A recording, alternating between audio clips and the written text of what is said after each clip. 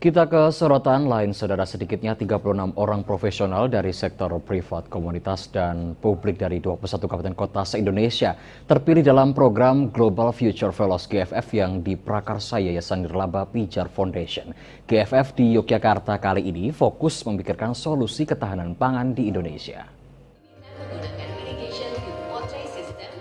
Ketahanan pangan merupakan salah satu isu prioritas pemerintah mengingat besarnya populasi Indonesia dan semakin parahnya efek pemanasan global bagi produksi pangan.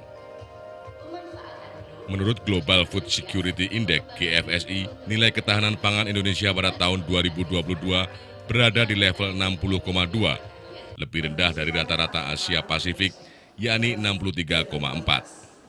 GFF sendiri hadir sebagai program mencari solusi ketahanan pangan Indonesia melalui kolaborasi dari berbagai sektor.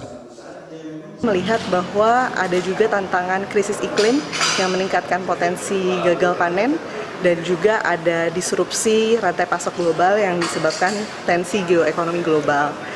Dengan keketuaan Indonesia di ASEAN tahun ini, kami rasa ini momentum yang tepat untuk mendorong diskusi dan aksi tentang ketahanan pangan. Goal terbesar kami adalah bagaimana tercipta aksi-aksi kolaborasi yang konkret antara sektor publik, privat, dan komunitas masyarakat.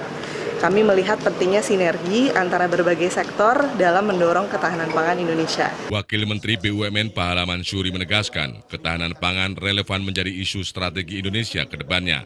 Tahun 2050 diperkirakan kita butuh tambahan 70% produksi dibandingkan sekarang, sehingga lahan dan sumber daya akan semakin diperebutkan untuk produksi pangan. Bagaimana kita bisa melibatkan masyarakat untuk bisa melakukan hal tersebut, sambil kita dari BUMN dan juga pihak swasta untuk bisa melakukan investasi.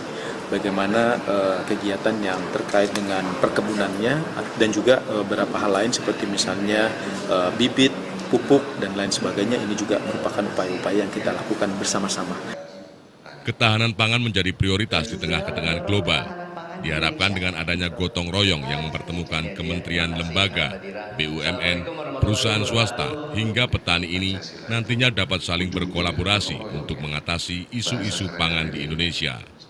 Nah, di sisi inilah bagaimana komunitas-komunitas petani bersama juga dengan perusahaan-perusahaan, dengan pemerintah untuk bisa bersama-sama. Nah, yang akhirnya tadi menciptakan suatu pemetaan kolaborasi gotong royong bersama di dalam ketahanan pangan Indonesia. Diharapkan nantinya ada kerjasama multisektoral demi mewujudkan ketahanan pangan bersama yang berkelanjutan. Tri Hartanto, TVRI Yogyakarta, melaporkan.